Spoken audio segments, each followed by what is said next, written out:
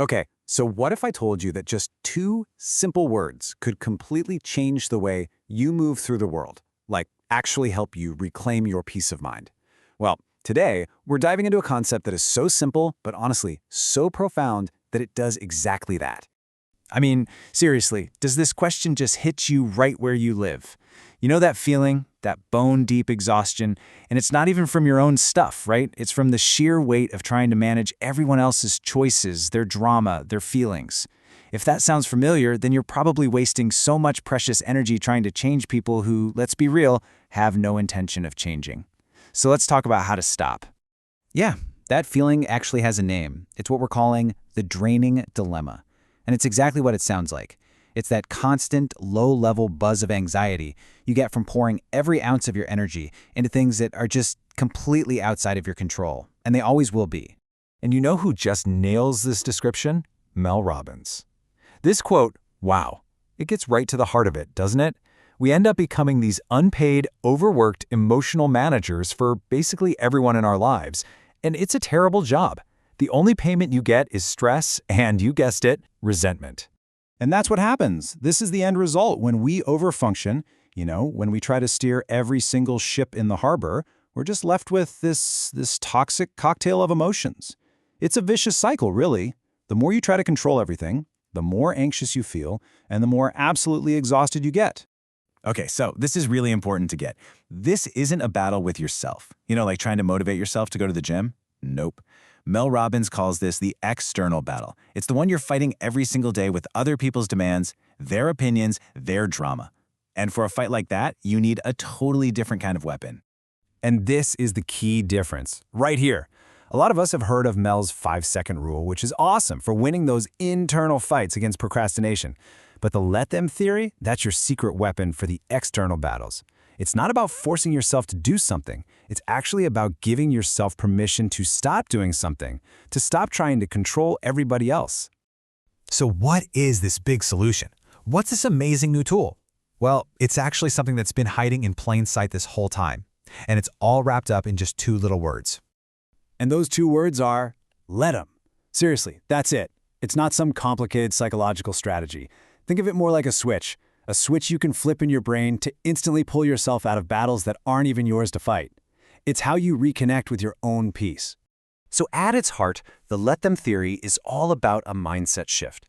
It's you making a conscious choice to stop doing the exhausting, thankless job of managing other people. And listen, the goal here isn't to change them. The goal is to get back all the peace and energy that their drama has been costing you.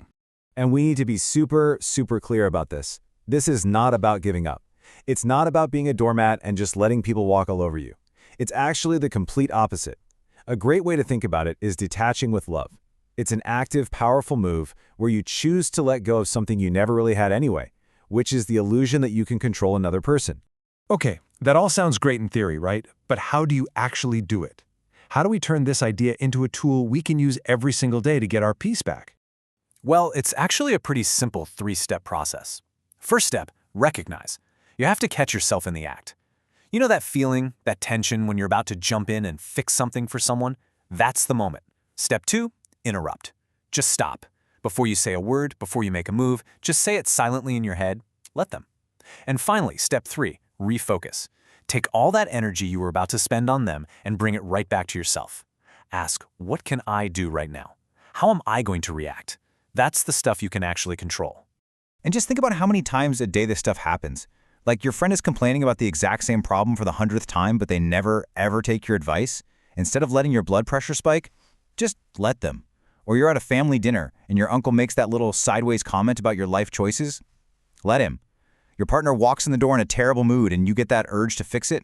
Nope, just let them be in a bad mood. Someone misunderstands you and thinks you're something you're not. You know what? Let them be wrong. It's so liberating. And this brings us to a really crucial mindset shift. We've been trained to see letting go as a sign of weakness. But in this context, it is the ultimate power move. I mean, listen to this. This quote just perfectly describes the invisible cage so many of us live in, right? Constantly chasing approval, trying to make everyone else happy, making ourselves smaller just to fit in. The let them theory, that's the key to the lock. And here's the beautiful, kind of crazy paradox of it all.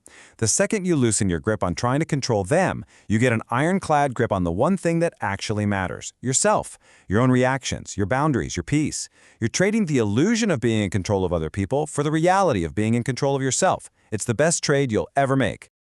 So, if you take one thing away from this, let it be this. Your peace is not a luxury. It's not something that's just nice to have.